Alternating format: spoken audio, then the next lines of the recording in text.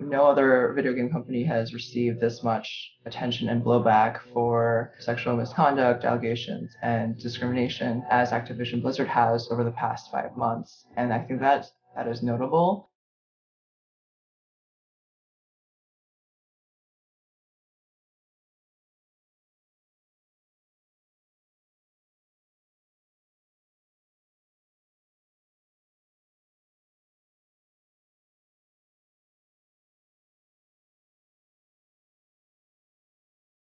In 2018, you saw Riot Games was sued for sexual harassment as well and gender-based discrimination. Last summer, there was a Me Too movement in gaming as well. A lot of it had to do with Twitch streamers and what they had gone through at gaming conventions. And then there were also stories about Ubisoft, a major French gaming company that produces like Assassin's Creed. People that I've interviewed have said they think about, how pervasive this is in the games industry and whether they can, switch jobs and go to a company that doesn't have this. So there are people like hoping for a better version of the games industry.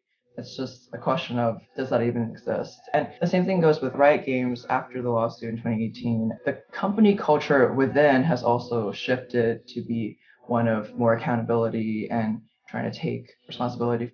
Again, like Ubisoft last year was accused of a lot of these sexual harassment complaints. And this year we heard from Ubisoft employees who stood in protest and solidarity with the Activision Blizzard employees. Ubisoft has not changed, has remained the same. So that's also very foreboding.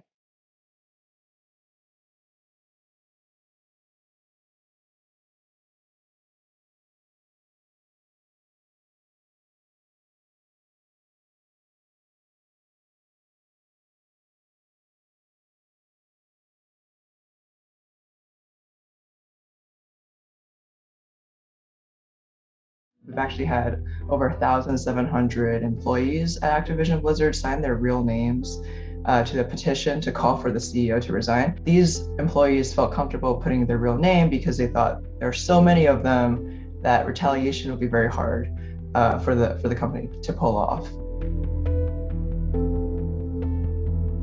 I read Emily Chang, Bloomberg Reporter's Brotopia, which is this book about Silicon Valley's culture and how companies like Google got their start.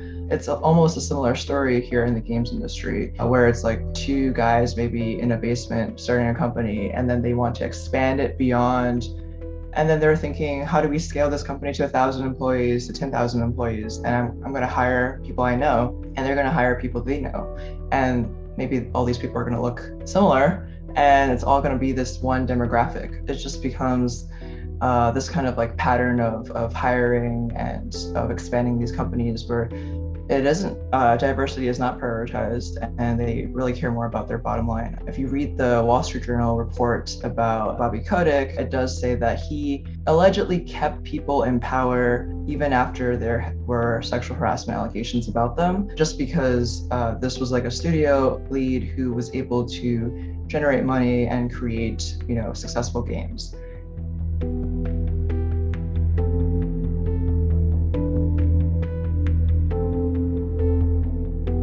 See that it's not dying down. We still have other outlets putting out these investigations months later after the fact. So this news cycle is not going to just die out right away. It's going to continue. And all the different government investigations on Activision Blizzard have to have some sort of conclusion in the future as well. So there's also going to be government repercussions there. So we can only, wait and see how those all play out and shake out. But I think that, even just the fact that we're talking about this now is a huge difference from how things were 10 years ago or 20 years ago. We have never seen such a consistent storyline and news cycle around one video game company over the course of months.